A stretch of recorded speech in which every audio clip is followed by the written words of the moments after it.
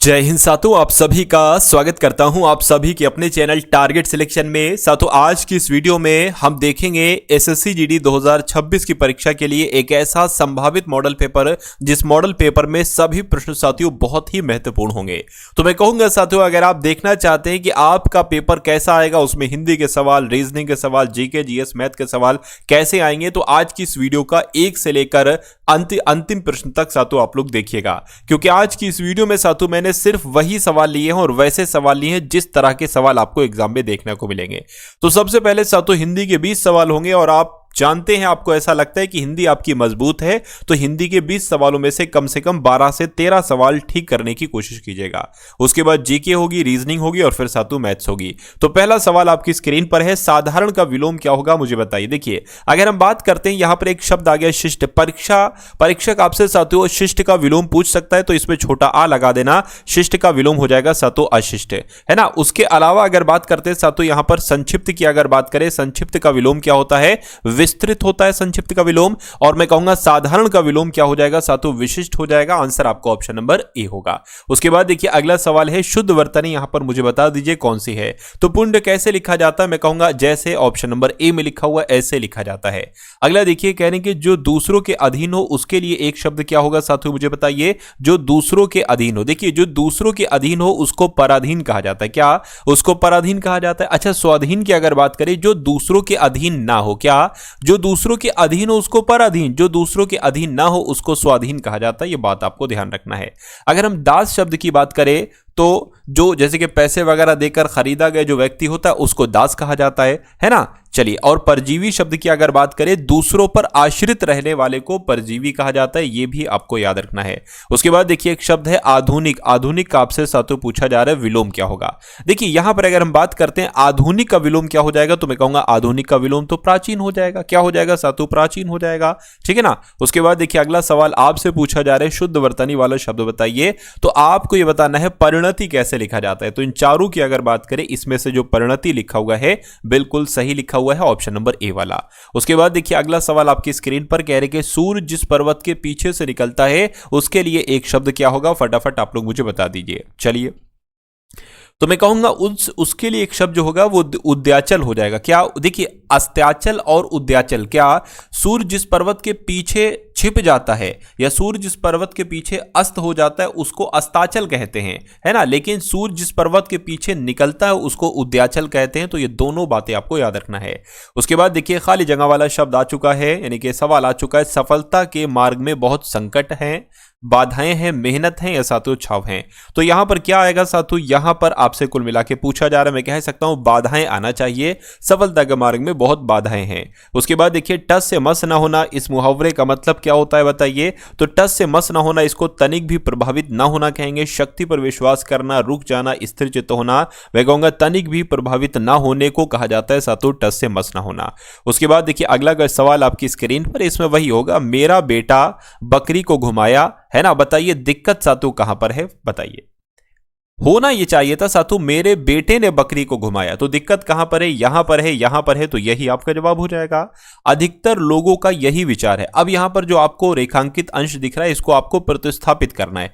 अधिकतर आएगा या अधिकतम आएगा, अधिकतम लोगों का यही विचार है या अधिक लोगों का यही विचार है या अधिकांश लोगों का यही विचार है या सर्वाधिक लोगों का यही विचार है। तो मैं कहूंगा यहां पर जो आना चाहिए शब्द वो अधिकांश शब्द आना चाहिए। अधिकांश लोगों का यही विचार है, ये होता है साथियों पूरा वाक्य। तो कुल मिला के अगर बात करें जिनका आंसर ऑप्शन नंबर सी है तो बिल्कुल करेक्ट है। उसके बाद देखिए अगला सवाल है, कह रहे कि भौरे मचल रहे हैं, भौरे गुनगुना रहे हैं, भौरे दौड़ रहे हैं, मुस्कुरा रहे हैं। मैं कहूंगा साथियों भौरे गुनगुना रहे हैं, ये होता है आंसर आपका बी होगा। उसके बाद देखिए कवि कविता का निर्माण थोड़ी ना किया जाता है साथियों कविता का, है ना। सृजन, व्यापार भी नहीं कहते, उत्पादन भी कहते, यहां पर सृजन शब्द आ जाएगा, यानी कि कवि कविता का सृजन करता है।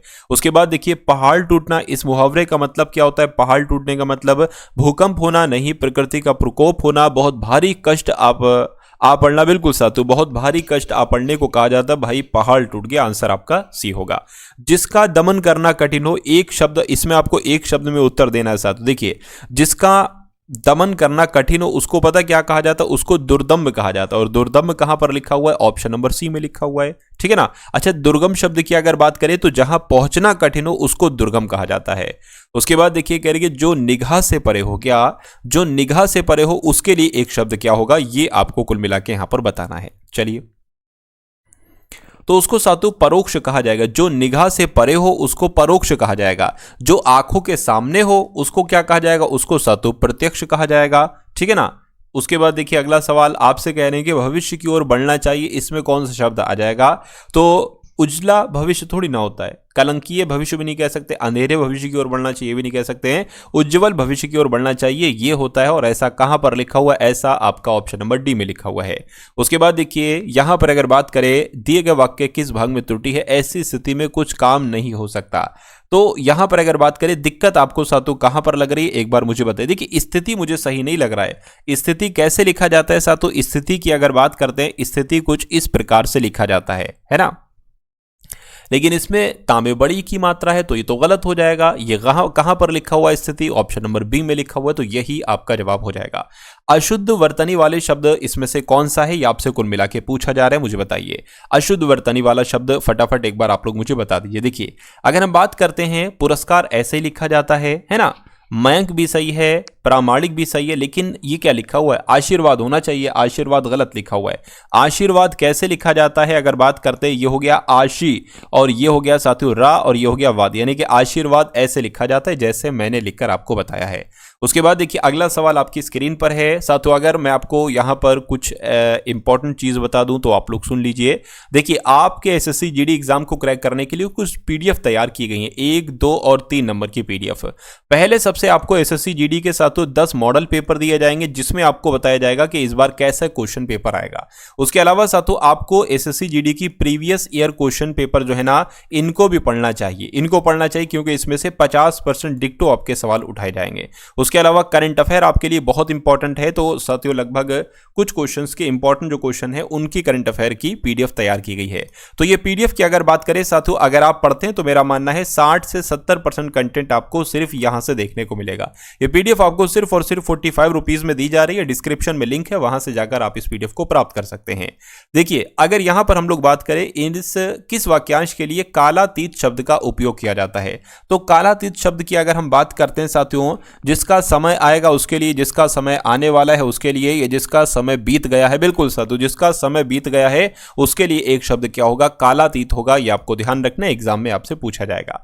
यानी कि पक्षी का साथियों समानार्थी शब्द मुझे बता दीजिए। पक्षी का देखिए पक्षी को बहुत सारे नामों से जाना जाता है, जैसे पक्षी को खग कहा जाता है, पक्षी की अगर बात करें पक्षी को विहग कहा जाता है, पक्षी को साथियों नभचर कहा जाता है, पक्षी को पतंग भी कहते हैं, पक्षी को साथियों परिंदा भी कहा जाता है। तो देखिए इसमें से कोई मिल रहा है, नहीं मिल रहा है, खग मिल रहा है, तो खग आपके सवाल का बिल्कुल करेक्ट आंसर हो जाएगा। अच्छा पन्नग पता किसे कहते हैं, पन्नग साथियों नाग को कहा जाता है, ठीक है ना। चलिए और अली की अगर बात करें साथियों, अली किसको कहा जाता है, भ्रमर को कहा जाता है।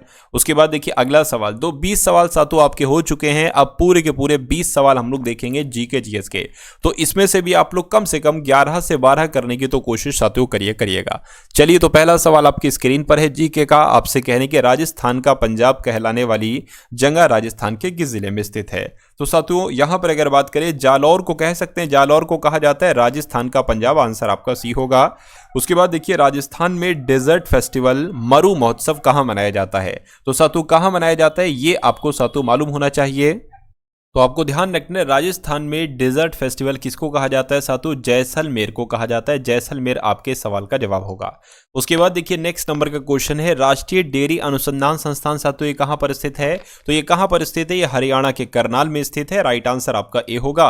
बांग्लादेश की अगर बात करें तो ये पहले पाकिस्तान का हिस्सा था, तो बांग्लादेश पाकिस्तान का हिस्सा कब से कब तक रहा, तो 1947 से साथियों 1971 तक रहा। आंसर आपका ऑप्शन नंबर डी होगा। ये सवाल आप लोग याद रखेंगे।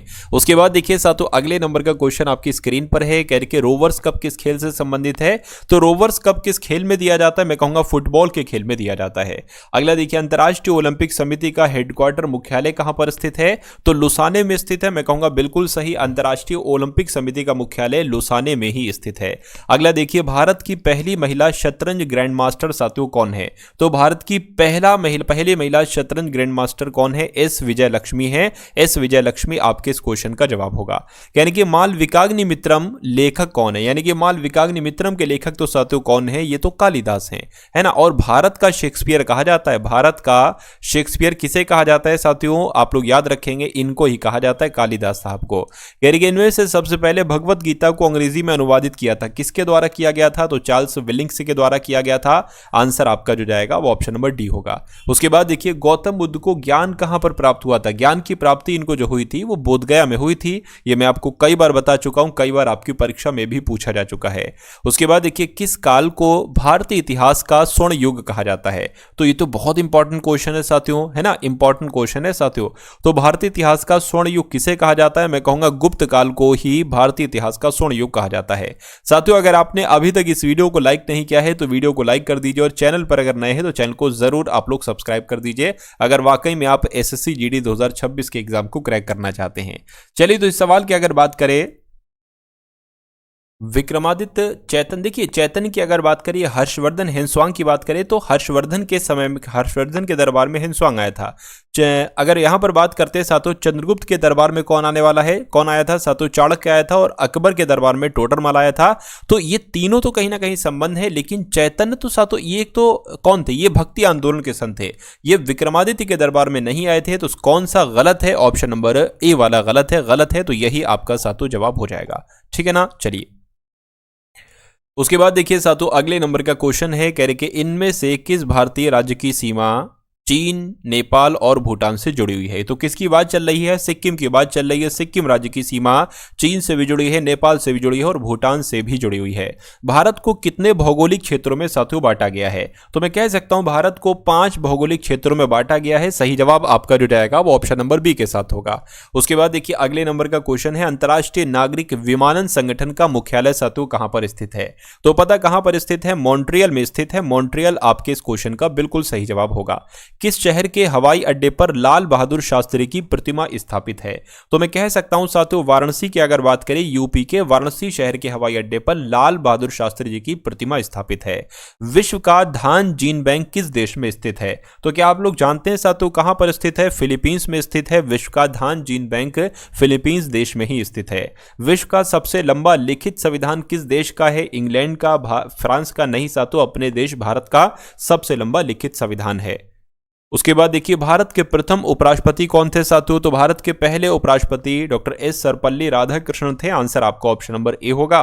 उसके बाद देखिए अब साथियों यहां पर अगर बात करें, आपके सामने रीजनिंग के क्वेश्चन स्टार्ट हो चुके हैं। तो अगर वाकई में आप अपने एग्जाम रीजनिंग के सेक्शन में 20/20 स्कोर करना चाहते हैं अपने एग्जाम में, अपनी शिफ्ट में, तो इन सवालों को बहुत अच्छे तरीके से साथियों आप लोग देखिएगा। डेली नए कॉन्सेप्ट साथियों मैं लेकर आता हूं, और आज की इस वीडियो में जो कॉन्सेप्ट आपके सामने हैं वो भी साथियों बहुत इंपॉर्टेंट होंगे। चलिए तो नंबर सीरीज का सवाल साथियों आपकी स्क्रीन पर है, कह रहे कि 40 है, 46 है, उसके बाद 58 है, और उसके बाद 82 है, और उसके बाद साथियों 130 है। तो अगला नंबर यहां पर क्या आ सकता है, फटाफट मुझे बताइए। देखिए सबसे पहले यहां पर 6 बढ़ाया गया है, यहां पर 12 बढ़ा दिया गया, यहां पर कितना बढ़ा दिया गया साथियों, 4 और 2 24 बढ़ा दिया गया। ये तो 6 का पहाड़ा चल रहा है भाई साहब। यहां पर अगर बात करें 82 से 130 हुआ है साथियों, 82 से 130, 8 और 4 48 बढ़ाया गया। यहां पर कितना बढ़ाया जाएगा, देखिए 6 का डबल 12, 12 का डबल 24, 24 का डबल 48, 48 का डबल कितना होता है, 96 होता है। यानी कि 130 में 96 जुड़ेगा तो कितना आ जाएगा साथियों, मैं कहूंगा 226 आ जाएगा। अगर 226 ऑप्शन में है तो आपका जवाब यहां पर बिल्कुल सही होगा, बिल्कुल 226 ऑप्शन नंबर सी वाले में है। उसके बाद देखिए कह रहे कि दर्जी का पोशाक से वही संबंध है जो मोची का किससे है। तो भाई साहब दर्जी पोशाक बनाता है, मोची क्या करता है साथियों, जूते तैयार करता है या जूते रिपेयर करता है, जो भी हम लोग कह सकते हैं। यानी कि आंसर आपका ऑप्शन नंबर बी होगा। कथन निष्कर्ष वाले सवाल भी दो छपेंगे साथियों आपके एग्जाम में। तो कथन है और निष्कर्ष है। कथन कह रहे हैं कि सभी सुइयां कागज हैं, तो मान लेते हैं साथियों ये क्या हो गई, ये सुइयां हो गई, और सभी सुइयां क्या हैं साथियों, सभी सुइयां यहां पर कागज हैं। और कह रहे हैं कि अब सभी सुइयां कागज हैं, कुछ सुइयां चाकू हैं, तो मान लेते हैं साथियों इतनी सुइयां क्या हो गई, इतनी सुइयां यहां पर चाकू हो गई। अब निष्कर्ष को पढ़िए और बताइए कौन सा सही है कौन सा गलत है। कुछ चाकू कागज हैं, कुछ चाकू कागज हैं, बिल्कुल सही बात है। कोई कागज चाकू नहीं है, है ना, कोई कागज चाकू नहीं है, कुछ चाकू, ये तो गलत हो जाएगा भाई साहब, है ना। तो सिर्फ एक आपका सही है, ऐसा कहां पर लिखा हुआ है, ऐसा ऑप्शन नंबर ए में लिखा हुआ है। उसके बाद देखिए अगले नंबर का क्वेश्चन है, आपसे कह रहे हैं कि DUMP को ETNQ लिखा जाता है, उसी प्रकार EAGR को DZHDS लिखा जाता है, तो फिंगर को सातु क्या लिखा जा सकता है। देखिए यहां पर मुझे लग रहा है D से E हुआ है, यानी कि कितना बड़ा है, एक बढ़ाया गया है। U से सातु क्या हुआ है, एक घटाया गया है। M से क्या हुआ, एक बढ़ाया गया है। P से क्या हुआ है, PQ एक बढ़ाया गया है। तो कुल मिला के इसमें भी वही करना है। E से सातु D हुआ, एक घटाया गया। अच्छा, यानी कि जो वॉविल होंगे उसमें एक घटाया जाएगा, जैसे कि ये U वॉविल है तो देखिए इसमें एक घटा दिया गया। उसी प्रकार ये भी एक वॉविल है तो इसमें एक घटा दिया गया, ये एक वॉविल है इसमें भी एक घटा दिया गया, ये एक वॉविल है इसमें भी एक घटा दिया गया। जो कॉन्सोनेंट होगा उसमें एक हम बढ़ा देंगे, जैसे कि F में एक बढ़ाएंगे तो G आ जाएगा। यहाँ पर I वॉवेल है, इसमें एक घटाएंगे तो H आ जाएगा। उसके बाद N में बढ़ाएंगे O आ जाएगा, G में एक बढ़ाएंगे H आ जाएगा, E में अब एक घटा देंगे तो कितना आ जाएगा, D आ जाएगा, और यहाँ पर साथ तो S आ जाएगा। तो ये कहाँ पर लिखा हुआ है, या आपका ऑप्शन नंबर ए में लिखा हुआ है। तो जिनका आंसर ऑप्शन नंबर ए के साथ है तो बिल्कुल करेक्ट होगा भाई, बहुत बढ़िया, वेरी गुड क्लास। उसके बाद देखिए अगला क्वेश्चन आपकी स्क्रीन पर है, कह रही कि एक बैठक में भाग ले रहे 8 अधिकारी हैं, ABCDEFGH एक वृत्ताकार मेज के इर्द गिर्द साथियों बैठे हुए हैं। ठीक है, कोई दिक्कत नहीं है। यहां पर अगर हम लोग बात करें साथियों, मेज के इर्द गिर्द इसी क्रम में, अच्छा इसी क्रम में बैठे हुए हैं ABCDEFGH, और मैंने इसका मतलब आपको बताया था, दक्षिणावर्त का मतलब होता है साथियों क्लॉकवाइज, यानी कि घड़ी जैसे चलती है ना, 1 2, जैसे घड़ी की सुइयां चलती है 1 2 3 4 5, ऐसे ही साथियों ये बैठेंगे ABCDEFGH है। सभी का मुंह मेज के केंद्र की ओर है। ठीक है, कितने लोग हैं, 8 लोग हैं, 1 2 3 4 5 6 7 और 1 8। कह रही कि उनके बीच समान दूरी है। डी का मुख उत्तर पश्चिम की दिशा की ओर। अब ये बताइए उत्तर पश्चिम किधर होता है साथियों, ये होता है उत्तर, ये होता है दक्षिण, ये होता है पूर्व और ये होता है पश्चिम। तो उत्तर पश्चिम का है ना, डी का मुख उत्तर पश्चिम की दिशा, यानी कि डी का मुख इस दिशा की तरफ होगा। तो जाहिर सी बात है डी यहां पर बैठेगा, है ना। तो डी साथियों हम यहां पर बैठा देते हैं। अब देखिए, अब आप सबको बैठा लिए दक्षिणावर्त। देखिए डी के बाद क्या आएगा, डी के बाद साथियों आपका ई आएगा, उसके बाद एफ आ जाएगा, उसके बाद एच आ जाएगा। अब डी से पहले सी आता है, फिर बी आता है, फिर साथियों ए आता है, और कितने ज्यादा हो गए क्या, देखिए जरा, 1 2 3 4 5 6 7, गलत हो गया, A B C D E F G. अच्छा यहां पर जी आएगा और फिर यहां पर एच आपका आ जाएगा। तो दक्षिण क्रम में बैठे, जैसे घड़ी की सुइयां होती हैं 1 2 3, वैसे बैठा दिए गए हैं। तो कहा जा रहा है तो किस दिशा में, कौन किस दिशा में है। अच्छा ये तो पता ही नहीं क्या कौन किस दिशा में है। यदि डी का मुंह उत्तर पश्चिम की दिशा में है तो मान लेते हैं इसमें एफ किस दिशा में है। तो एफ किस दिशा में है ये आपसे पूछा जा रहा है। एफ सातु किस दिशा में है, इस दिशा में, यानी कि दक्षिण पश्चिम दिशा में है। तो दक्षिण पश्चिम कहां पर लिखा हुआ, ऑप्शन नंबर बी में लिखा हुआ। अगर ये कहते कि एफ किस दिशा में देख रहा है तो किस दिशा में देख रहा है साथियों, उत्तर पूर्व की दिशा में देख रहा है। तो ये दो तरह के सवाल आपसे पूछे जा सकते हैं, दोनों बातें आप लोग याद रखेंगे। उसके बाद देखिए साथियों अगले नंबर का क्वेश्चन आपकी स्क्रीन पर है। आपसे कहा जा रहा है कि किसी निश्चित कोड भाषा में टारगेट को 219752 लिखा जाता है, प्राइस को 609985 लिखा जाता है। तो कोइन को साथियों क्या लिखा जा सकता है बताइए। देखिए यहां पर अगर हम लोग बात करें साथियों, जैसे कि टी जो आता है ना साथियों, टी 20 नंबर पर आता है, और ए 1 पर आता है, आर 18 पर आता है, जी 7 पर आता है, ई 5 पर आता है, टी 20 पर आता है। आप यहां पर देखोगे कि ये जो 20 लिखा है इसको 2 लिखा गया है, जो 1 लिखा है वो 1 ही लिखा हुआ, और ये 18 को 9 कैसे लिखा है पता, 18 को जोड़ दिया गया, 1 + 8 तो 9 तो होता है, 2 + 0 2 ही तो होता है, 7 जैसे लिखा है वैसे 7 लिखा है, 5 जैसे लिखा है वैसे ही लिखा हुआ है, और 2 0 जोड़कर साथियों 2 लिखा हुआ है। और इसमें भी ऐसा ही होगा, ये 16 पर होता है, देखिए 1 और 6 7 लिख दिया गया। तो अब हमें कुछ करने की जरूरत नहीं, अब हम साथियों यहां पर आंसर लिखेंगे। देखिए Q 17 पर होता है तो 1 + 7 8 हो जाएगा, U 21 पर होता है तो 3 हो जाएगा, फिर ये 5 पर, N 14 पर होता है तो कुल मिला के 5 हो जाएगा। तो ऐसा कहां पर लिखा हुआ है, 8 3 ट्रिपल 5, ऐसा ऑप्शन नंबर डी में लिखा हुआ है। तो जिनका आंसर ऑप्शन नंबर डी के साथ है तो बिल्कुल करेक्ट है।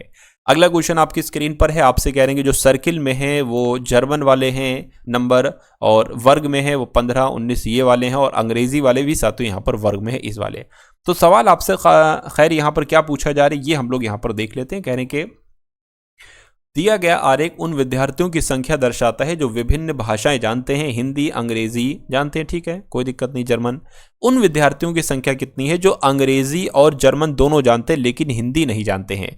अंग्रेजी और जर्मन जानते हैं और साथियों क्या, एक सेकेंड, जर्मन की अगर बात करें, जर्मन जानते हैं, है ना, और क्या जानते हैं, और अंग्रेजी जानते हैं। तो आंसर आपका इसमें से होना चाहिए, लेकिन हिंदी नहीं जानते तो आंसर आपका इसमें से नहीं होगा। मैं कहूँगा 16 एक ऐसा नंबर है जो जर्मन भी जानता है, अंग्रेजी भी जानता है, लेकिन साथियों यहाँ पर वो हिंदी नहीं जानता है। तो आपका जवाब जो होगा वो ऑप्शन नंबर डी हो जाएगा 16 के साथ।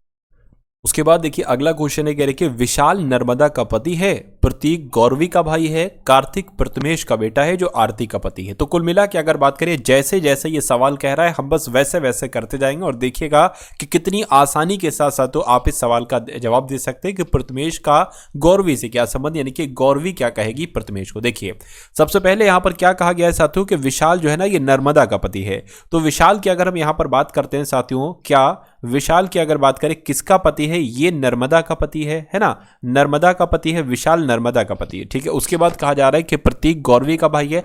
अब हमें वो लाइन सॉल्व करना होगी जिसमें या तो जिक्र आए विशाल का या जिक्र आए नर्मदा का। देखिए कार्तिक प्रथमेश का बेटा, यहां पर भी जिक्र नहीं आया है। आरती का पति, जो आरती का पति, इसमें भी जिक्र इन दोनों का नहीं आया है। आरती के बेटे का विवाह नर्मदा से हुआ है, ठीक है, तो इसमें नर्मदा का जिक्र आया है। तो आरती के बेटे का विवाह क्या लिखा हुआ है, आरती के बेटे का विवाह नर्मदा से हुआ, यानी कि आरती के बेटे का विवाह की अगर बात करें तो आरती का बेटा कौन होगा, विशाल होगा।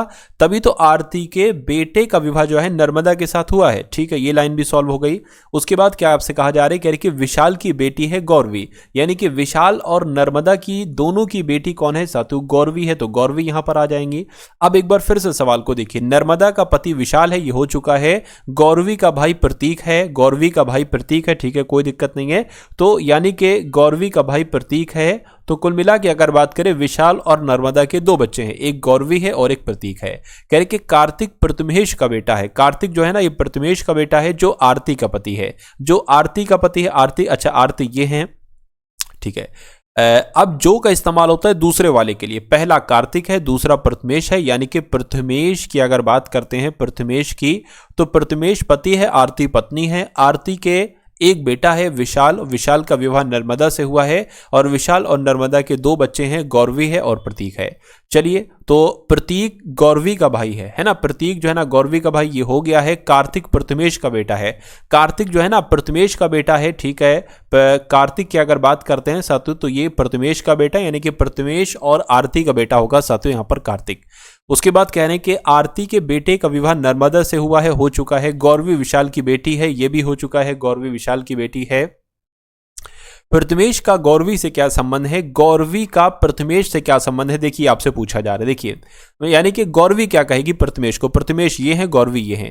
ये कौन हो गए, ये पिताजी हो गए। पिताजी की माता कौन होगी, दादी जी हो गई। और दादी जी के पति को क्या कहा जाएगा, दादाजी कहा जाएगा। तो दादाजी कहां पर लिखा हुआ है, ऑप्शन नंबर बी में लिखा हुआ है। तो जिनका आंसर ऑप्शन नंबर बी के साथ है, तो मैं कहूंगा आंसर आपका बिल्कुल करेक्ट है। उसके बाद देखिए अगला क्वेश्चन आपकी स्क्रीन पर है, इसको काउंट कर लीजिए, 1 2 3 4 5 6 7 8 9 10 11 12 13 14 15 16 17 18 19 20, यानी कि 20 का है। तो पेयर का साथ तो 4 का भी बन सकता है, 5 का भी बन सकता है। 4 का बनाकर देख लीजिए, 1 2 3 4 ये अलग, 1 2 3 4 ये अलग, 1 2 3 4 ये अलग हो गया, और 1 2 3 4 ये अलग हो गया, 1 2 3 4 ये अलग हो गया। आप देखोगे सबके अंत में टी आ रहा है, टी यहां पर भी है, टी यहां पर भी है, टी यहां पर भी है, टी यहां पर भी, टी यहां पर भी है। अच्छा यहां पर सी टी है, तो यहां पर मेरे हिसाब से सी आएगा, सी टी, यहां पर भी सी टी आ जाएगा, यहां पर सीटी है और यहां पर भी सीटी है। हमें अब पूरा मिल चुका है जीएक्स सीटी, तो जीएक्स सीटी यहां पर अगर जी लिख दें, जीएक्स सीटी, जीएक्स सीटी, जीएक्स सीटी और जीएक्स सीटी। अब देखिए आपने अपने पेन से क्या क्या लिखा है, आपने एक्स लिखा है, आपने जी लिखा है, आपने सी लिखा है, आपने सी और जी लिखा है, आपने एक्स लिखा है। ये कौन से ऑप्शन में लिखा हुआ है, एक्स जी डबल सी जी एक्स, ये ऑप्शन नंबर बी में लिखा हुआ है। तो जिनका आंसर ऑप्शन नंबर बी है तो बिल्कुल करेक्ट है। उसके बाद देखिए साथियों नेक्स्ट नंबर का क्वेश्चन आपकी स्क्रीन पर है, आपसे कहने के 8 5 6 WQ। अगर इसको दर्पण में आप देखोगे तो ये कैसा दिखाई देगा, देखिए जैसे कि जो सबसे अंत वाला होता है ना वो सबसे पहले दिखाई देगा। ए की अगर बात करें साथ तो ए कुछ मेरे हिसाब से साथ तो ऐसा दिखाई देगा, है ना, ऐसे करके दिखाई देगा। क्यू की अगर बात करें, क्यू ऐसा दिखाई देगा, डब्ल्यू जैसा वैसा दिखाई देगा, 6 ऐसा, 5 ऐसा दिखाई देगा, 8 जैसा वैसा दिखाई देगा। और ऐसा कहां पर लिखा हुआ है, ऐसा आपका ऑप्शन नंबर सी में लिखा हुआ है, तो सी आपके इस क्वेश्चन का बिल्कुल करेक्ट आंसर होगा।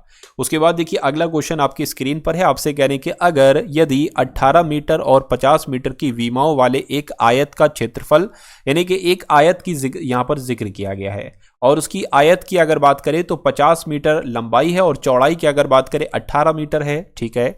तो कहने कि ये जो आयत है ना, ये इसका क्षेत्रफल, इस आयत का क्षेत्रफल एक वर्ग के क्षेत्रफल के बराबर है। वर्ग की चारों भुजाएं बराबर होती हैं, जबकि आयत की आमने सामने की भुजा बराबर होती है। तो इसका क्षेत्रफल यानी कि वर्ग का क्षेत्रफल ये वर्ग हो जाएगा, और ये क्या हो जाएगा, आयत हो जाएगा। तो वर्ग का क्षेत्रफल आयत के क्षेत्रफल के बराबर है, ऐसा कहा गया है। तो मैं कहूंगा अगर कभी भी दो चीजों का क्षेत्रफल बराबर कहा जाए, यानी कि मैं कह सकता हूं साथियों, देखिए वर्ग का क्षेत्रफल कितना होता है, अगर इसकी भुजा मान लेते हैं साथियों हम a मान लें, तो इसका क्षेत्रफल a स्क्वायर हो जाएगा, और बराबर आयत का क्षेत्रफल कितना होता है साथियों, लंबाई गुणा चौड़ाई होता है। तो इसका तो हमें पता है भाई साहब, है ना। अच्छा, भुजा की लंबाई पूछी जा रही है, यानी कि इस a का मान पूछा जा रहा है, तो a का मान निकाल देंगे। 50 लंबाई 50 है, ये 18 हो जाएगी, बराबर a स्क्वायर आ जाएगा। यहां पर ए स्क्वायर बराबर कितना हो जाएगा, 18 पंजे 90 होता है, यानी कि 900 आ जाएगा। तो अगर बात करते हैं साथियों ए स्क्वायर बराबर, इसको हम क्या 30 गुणा 30 लिख सकते हैं। तो मैं कह सकता हूं साथियों क्या ए स्क्वायर बराबर, इसको हम 30 का स्क्वायर लिख सकते हैं। बिल्कुल, इस स्क्वायर से स्क्वायर कैंसिल हो जाएगा, ए बराबर 30 आ जाएगा, यानी कि इसकी जो भुजा होगी वो साथियों 30 सेंटीमीटर की होगी, सॉरी 30 मीटर की होगी। और 30 मीटर कहां पर लिखा हुआ है, ऑप्शन नंबर सी में लिखा हुआ है। तो जिनका आंसर ऑप्शन नंबर सी के साथ है, तो मैं कहूंगा आंसर आपका बिल्कुल करेक्ट है। उसके बाद देखिए अगला क्वेश्चन आपकी स्क्रीन पर है, यानी कि ए के 3 गुने और बी के 4 गुने के परिणामों का औसत कितना है साथियों, 17 है, तथा ए के 4 गुने और बी के 3 गुने के परिणामों का औसत 18 है, और ए और बी के योग आपको बताना है कितना होगा। कोई दिक्कत नहीं, देखिए जितना जैसा कहा जा रहा है वैसा करते जाइए। ए के 3 गुना, तो साथियों ए का 3 गुना हमने कर दिया, और बी का 4 गुना, बी का साथियों अगर बात करते 4 गुना हमने कर दिया। इनके औसत, तो इनको औसत कैसे निकालेंगे भाई साहब, ये दो संख्या है 1 2, तो 2 से हम भाग देंगे तो जाकर निकलेगा इनका औसत, ये 17 है ना। उसके बाद कहा गया है कि ए के 4 गुना, ठीक है, तो ए के 4 गुना यानी कि 4a आ जाएगा, और बी के 3 गुना 3b आ जाएगा। इनका औसत, परिणामों का औसत कितना दे रखा है, ये भी दो संख्या है, तो 2 से भाग देंगे तो जाकर औसत कितना बताया गया, 18 बताया गया है। अच्छा, उसके बाद अगर बात करें, अब देखिए 3a + 4b का हम योग निकाल सकते हैं, 2 की गुणा अगर 17 से आप कर दोगे, तो 3a + 4b बराबर कितना आ जाएगा, 17 दूना 34 आ जाएगा। इसकी अगर बात करते हैं साथियों, ये कितना आ जाएगा, ये 4a + 3b बराबर 18 दूना कितना हो जाएगा, 36 हो जाएगा। तो इसमें आपसे a और b का योगफल पूछा गया, कोई दिक्कत नहीं, a और b का योगफल निकालने की कोशिश करेंगे। अब इनको आप जोड़ दो, जैसे 3a और 4a कितना हो जाएगा, 7a हो जाएगा, और 4b 3b कितना हो जाएगा, 7b हो जाएगा, और अगर इनको जोड़ोगे तो ये कितना आ जाएगा, ये 70 आ जाएगा। अब देखिए a इधर भी है, a इधर भी है, तो सॉरी 7 इधर है, 7 इधर है, 7 आप कॉमन ले लीजिए, अंदर क्या बचेगा, a + b बचेगा, बराबर 70 है।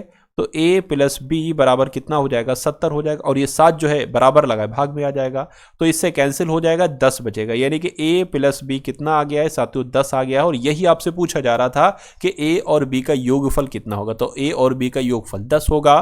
तो 10 कौन से ऑप्शन में है, 10 आपका ऑप्शन नंबर बी वाले में, तो जिनका आंसर बी है तो बिल्कुल करेक्ट होगा। अगला क्वेश्चन आपकी स्क्रीन पर है, आपसे कहा जा रहा है कि यदि किसी संख्या के 70% और उसी संख्या के 40% का अंतर कितना बताया गया है, 135 बताया गया है, तो वो संख्या क्या हो सकती है। मान लेते हैं साथियों वो संख्या क्या हो सकती है, x हो सकती है। तो इस x संख्या के 70%, ठीक है, इस x संख्या के 70% और उसी संख्या यानी कि x संख्या के 40%, इनका जो अंतर है, मतलब माइनस कराओगे तो कितना आएगा, तो 135 आएगा। इतनी बात यहां पर आपसे कही गई है।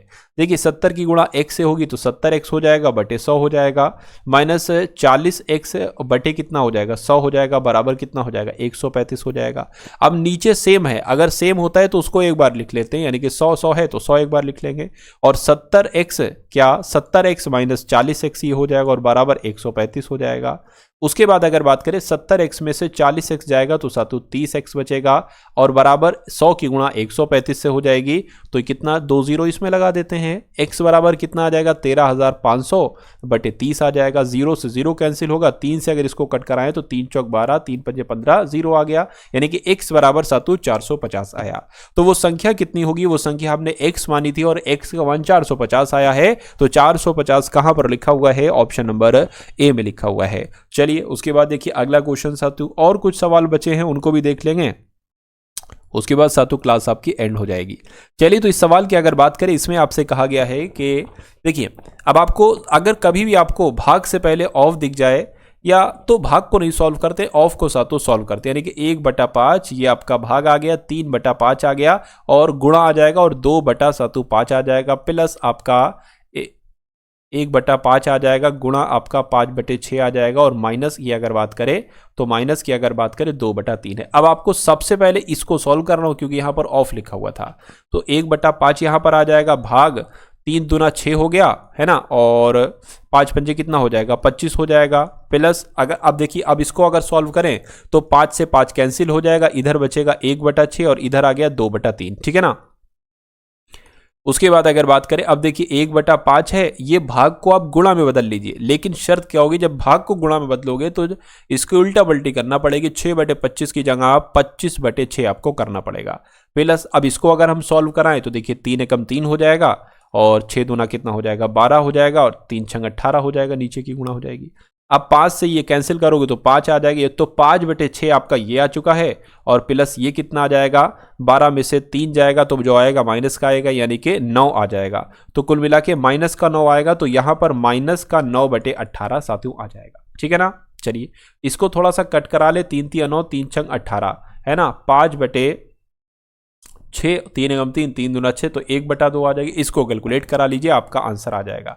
2 पंजे 10 हो गया, 6 एकम 6 हो गया, 6 दूना 12 हो गया, 4/12 आ गया। इसको हम सातु क्या कर सकते हैं, 4/12 को, तो 4/12 को अगर कट करते हैं सातु 1/3 आ जाता है, 4 एकम 4, 4 तियां 12, तो कुल मिला के 1/3 यहां पर नहीं है, तो 1/3 सातु इसको आप लोग कर लेंगे। तो कुल मिला के इसको अगर आप सॉल्व करते हैं तो 1/3 ही आएगा, इसके अलावा सातु कुछ नहीं आएगा। एक बार 2 बार आप लोग भी करवा के देख लीजिएगा। उसके बाद देखिए सातों अगले नंबर का क्वेश्चन आपकी स्क्रीन पर है। आपसे कहा जा रहा है कि किसी वस्तु पर 12% और 10% की 2 क्रमागत छूटें दी जाती हैं। यदि वस्तु का अंकित मूल्य 3500 रुपए है तो वस्तु को कितने रुपए में बेचा जाएगा। कहने का मतलब है कि अगर वस्तु 3500 रुपए की है, इस पर 2 छूटें दी जाती हैं, 12% की छूट दी जाती है तो इसको 88% में बेचा जाएगा। उसके बाद 10% की छूट दी जाती है तो इसको 90% में बेचा जाएगा। तो ये कितने रुपए की बिकेगी, ये आपसे पूछा जा रहा है। 2 जीरो से 2 जीरो कैंसिल, इस 1 जीरो से ये 1 जीरो कैंसिल हो जाएगा। 5 से कट करेंगे 5 दूना 10, 5 सत्ते 35 हो जाएगा। 2 से अगर कट करेंगे तो 7 44 यहां पर आ जाएगा। यानी कि अब आपके सामने 7 गुणा 44 गुणा 9 आ चुका है। 7 नीम 63 हो जाएगा, यानी कि 63 गुणा 44 आपको कराना है। तो 63 की गुणा 44 से 7 हम लोग करा लेते हैं। 4 तियां 12 हो जाएगा, 4 छंग 24 हो जाएगा, 25 आ जाएगा यहाँ पर, और यहाँ पर भी फिर 252 ही आ जाएगा। 2 आ गया, 7 आ गया, 7 आ गया, 2 आ गया। तो 2772 कहाँ पर लिखा हुआ है, ऑप्शन नंबर डी में लिखा हुआ है। यानी कि अगर कोई वस्तु 3500 रुपए की है, इस पर 2 छूट दी जाती है 12% और 10% की, तो वस्तु 2772 रुपए की बिकेगी जाकर। अगला सवाल आपकी स्क्रीन पर है, देखिए इस क्वेश्चन को और साथियों बताइए आपका जवाब क्या होगा। आपसे यहां पर कहा जा रहा है कि कोई धनराशि साधारण ब्याज की वार्षिक दर पर 8 सही 1/3 वर्षों में 2 गुनी हो जाती है। यानी कि समय की अगर बात करें तो यहां पर समय आपको दे रखा है कितना, 8 सही 1/3 वर्ष। इसको हम सही कर लेते हैं, 3 अट्ठे 24, 24 और 1 25, 25/3 वर्ष तो इसको हम लोग लिखेंगे, है ना। चलिए समय हो गया। कह रहे कि कोई धनराशि जो है ना साधारण ब्याज की किस वार्षिक दर पर, यानी कि दर आपसे यहां पर पूछी जा रही है, कोई बात नहीं, दर पर इतने समय में 2 गुनी हो जाती है। यानी कि अगर कोई राशि क्या पी राशि हम मान लेंगे। अगर कोई राशि मान लीजिए पी है, कितनी है साथियों, पी है, तो वो कितनी हो जाती है, मिश्रधन है ये, तो डबल हो जाती है राशि, यानी कि 2p हो जाएगी। तो साधारण ब्याज क्या होता है, साधारण ब्याज साथियों कितना होता है, a माइनस पी होता है, यानी कि मिश्रधन माइनस मूलधन होता है। तो 2p में से एक p जाएगा साथियों, p बचेगा। तो अब एक सूत्र साथियों लगा दीजिए, वही वाला, कौन सा, साधारण ब्याज बराबर PRT अपॉन 100। तो साधारण ब्याज कितना दे रखा है, p दे रखा है, p कितना है, p का मान तो p है, तो p आ जाएगा। r की अगर बात करें, r ही आपको ज्ञात करना है, यानी कि दर आपको ज्ञात करना है, तो ये r लिख लेंगे। गुणा t की अगर बात करें, कितनी है साथियों, 25/3 है समय, 25/3 आ गया, और बटे में क्या आ जाएगा, 100 आ जाएगा। ठीक है ना। अब देखिए अगर बात करते इस p इधर भी है बराबर के p उधर भी है, तो p से p आपकी कैंसिल हो जाएगी, ये 100 गुणा 3 यानी कि 300 आपका इधर हो जाएगा, इधर r आ जाएगा, और ये बराबर के नीचे आ जाएगा साथियों 25। इसको अगर कट करोगे तो कितना साथियों आता है, देखिए 25 से कम 25, 5 चला जाएगा, 25 दूना 50 हो जाएगा, यानी कि r कितनी निकलेगी, दर कितनी निकलेगी, 12% की दर निकलेगी। और यही आपसे पूछा गया था, यही मैंने आपको बता दिया है। चलिए उसके बाद देखिए अगला क्वेश्चन आपकी स्क्रीन पर है। आपसे कहा जा रहा है कि एक ट्रेन की चाल 80 किलोमीटर प्रति घंटा है। कितनी है चाल की अगर बात करते हैं, 80 किलोमीटर प्रति घंटा ट्रेन की चाल है। कह रहे कि सुबह 10:20 बजे से दोपहर 1:50 बजे तक इसके द्वारा तय की गई दूरी कितनी होगी। तो देखिए यहाँ चाल तो हमें पता है, समय साथियों हम यहाँ से निकाल लेंगे जो समय दे रखा है। उसके बाद दूरी निकालना तो बहुत आसान हो जाएगा, क्योंकि दूरी बराबर क्या होता है, चाल गुणा समय होता है। समय अभी हम निकाल ले रहे हैं, चाल हमारे सामने है। देखिए 10:20 से, देखिए 10:20 से 11:20 तक 1 घंटा हो जाएगा, फिर 12:20 तक दूसरा घंटा हो जाएगा, 1:20 तक 3 घंटे हो जाएंगे, और ये क्या है, ये 1:50 है, यानी कि 30 मिनट साथियों और यहाँ पर हैं। तो कुल मिला के 3 घंटे तो ये हो गए और आधा घंटा ये है, यानी कि 3.5 घंटा है। तो समय की अगर बात करें, समय कितना है, मैं कह सकता हूँ 3.5 घंटे, यानी कि 3.5 घंटे समय है। तो दूरी हमें निकालना है साथियों, दूरी बराबर क्या है, चाल 80 किलोमीटर प्रति घंटा दे रखी, समय 3.5 घंटे है। दूरी बहुत आराम से यहाँ पर निकल आएगी। तो 80 की गुणा 3.5 से करा लीजिए, है ना, यानी कि 35 की गुणा 8 से हम करा लेते हैं, 8 पंजे आपका 40 हो जाएगा, 8 3 24 और 28 हो जाएगा, यानी कि दूरी कितनी निकलेगी, 280 किलोमीटर निकलेगी। और ऐसा कहां पर लिखा हुआ है, ऐसा आपका ऑप्शन नंबर बी में लिखा हुआ है। तो जिनका आंसर ऑप्शन नंबर बी के साथ है तो बिल्कुल करेक्ट होगा। चलिए उसके बाद देखिए अगला क्वेश्चन आपकी स्क्रीन पर है। आपसे कहा जा रहा है क्या कि ए, बी और सी का औसत यहां पर आपको बताया गया है। अब देखिए इसको हम शॉर्ट में करेंगे कि अगर आपको ए, बी और सी का औसत दे रखा है 60 किलो, अगर मैं आपसे पूछूं ए, बी, सी का कुल मिला के वजन कितना होगा, तो कितना होगा, 3 लोग हैं ना ए, बी, सी, तो 3 की गुणा इससे करा दीजिए, 180 हो जाएगा। तो डायरेक्ट 180 किलोग्राम ये ए, बी, सी का कुल मिला के वजन हो जाएगा। उसके बाद कहा जा रहा है कि ए और बी का औसत वजन कितना है, तो ये 2 लोग हैं, तो 2 की गुणा इससे करा लीजिए, 90 किलो आ जाएगा। तो कहने के सी का मान निकालिए कितना, यानी कि सी का वजन कितना है। तो भाई साहब अगर ये 90 हम 180 में से निकाल दें, चूंकि ये भी 120 है, सॉरी ये भी a प्लस बी है, ये भी a प्लस बी है, तो इसको अगर इसमें से घटा दोगे तो हमें c का मान पता चल जाएगा। तो 90 किलोग्राम सातु क्या आ जाएगा, c का वजन आ जाएगा। और 90 किलोग्राम कहां पर है, ऑप्शन नंबर सी वाले में है।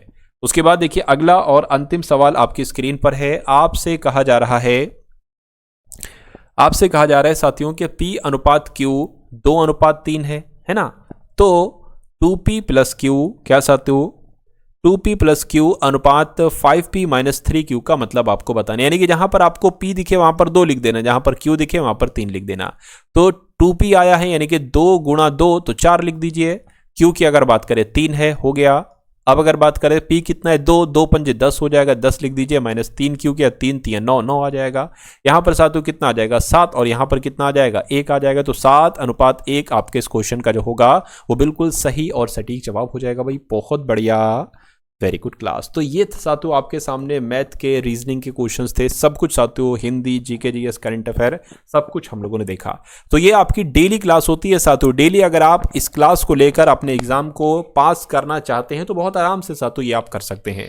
उसी क्रम में साथियों मैं आपको बता देना चाहता हूं, अगर आपने अभी तक हमारी जितनी पिछली क्लासेस हम बना चुके हैं उनको नहीं देखा तो डिस्क्रिप्शन में उसका लिंक है, वो देख लीजिएगा। और उसके अलावा साथियों जिस पीडीएफ के बारे में मैंने आपको बताया था, अगर वो पीडीएफ आपने अभी तक नहीं ली है तो उस पीडीएफ को भी जरूर ले लीजिएगा। 45 रुपीज में आपको पीडीएफ दी जा रही है। उसमें आपको हिंदी मिल जाएगी, जीके मिल जाएगी, रीजनिंग मिल जाएगी और साथ मैथ्स के इंपॉर्टेंट क्वेश्चंस मिल जाएंगे और उसके अलावा साथ करंट अफेयर की भी पीडीएफ आपको मिल जाएगी। ठीक है ना। चलिए, तो डिस्क्रिप्शन में लिंक है, वहां से जाकर आप उस पीडीएफ को भी प्राप्त कर लीजिएगा। डिस्क्रिप्शन में ग्रुप के लिंक है, उस ग्रुप को भी आप लोग ज्वाइन कर लीजिएगा। तो इस वीडियो को लाइक नहीं किया, लाइक कर दीजिएगा। चैनल पर अगर नए हैं तो चैनल को सब्सक्राइब कर दीजिएगा और वीडियो को शेयर अगर कर सकते हैं तो शेयर भी कर दीजिएगा। तो मिलते हैं हम सभी लोग आने वाली वीडियो में। जय हिंद साथियों।